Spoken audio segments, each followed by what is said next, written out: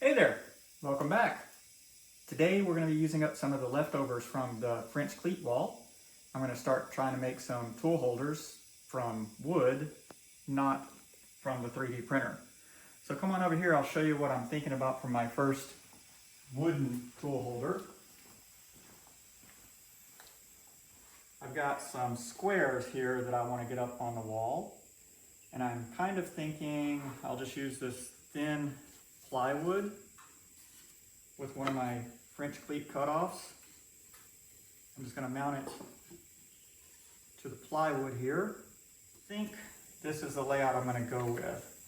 So on the plywood, it will look something like this. At least in my mind, this is how it's going to work. And then this is going to go up here, and my tape measure here. I've got some dowels that I'm going to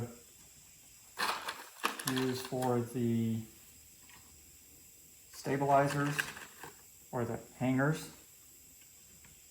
on these tools. And should look something like this when I'm done. I'm going to put a little ledge for the tape measure. So I'm thinking that should be my tool layout, and hopefully everything stays on the wall. So now that I've determined my layout of my tools, I'm going to determine the spacing for my pegs. I'm going to use a 1/4 inch spacer block here, just to make sure that my tool isn't set all the way to the very edge of my wood. And I'm just gonna make sure we're brought in from both top and edge. And then I'm just gonna tap my peg into that soft plywood to give myself a mark, just so I know where to drill. And I'm going to do this, rinse and repeat for all the tools, the 1/4 inch spacer, and tap in the pegs.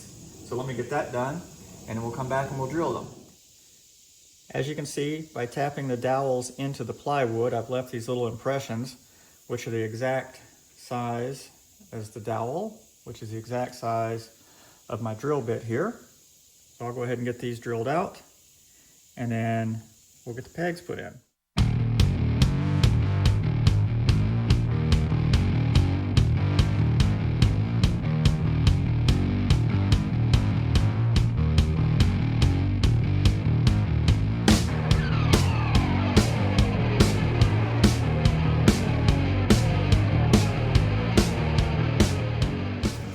All right, I got some sandpaper here. I'm just going to knock these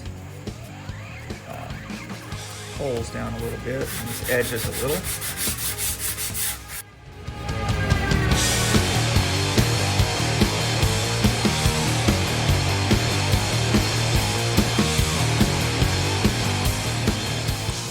Glue on those pegs and get them in the holes.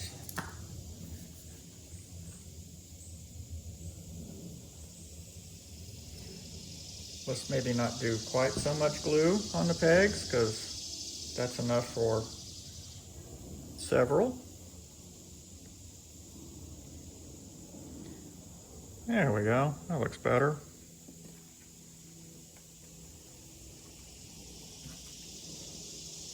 Doesn't take a lot of glue, but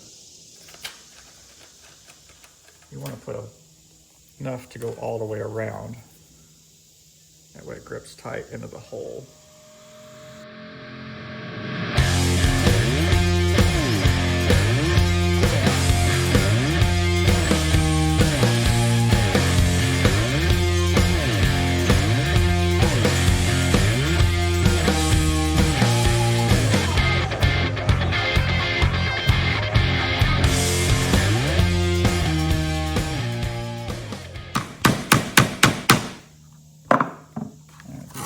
nice and flush to the back side.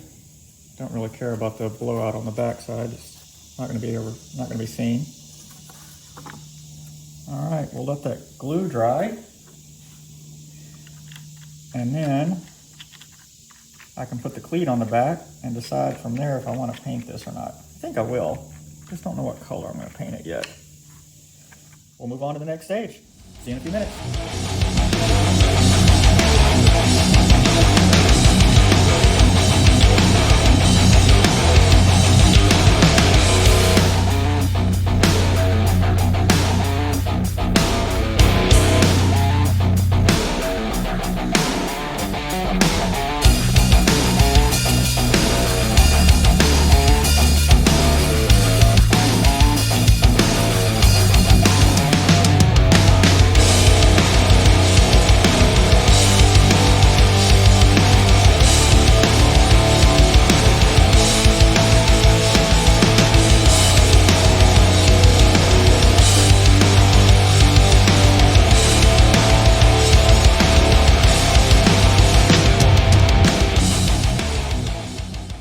Painting is done, and I added a little shelf for my tape measure to sit on.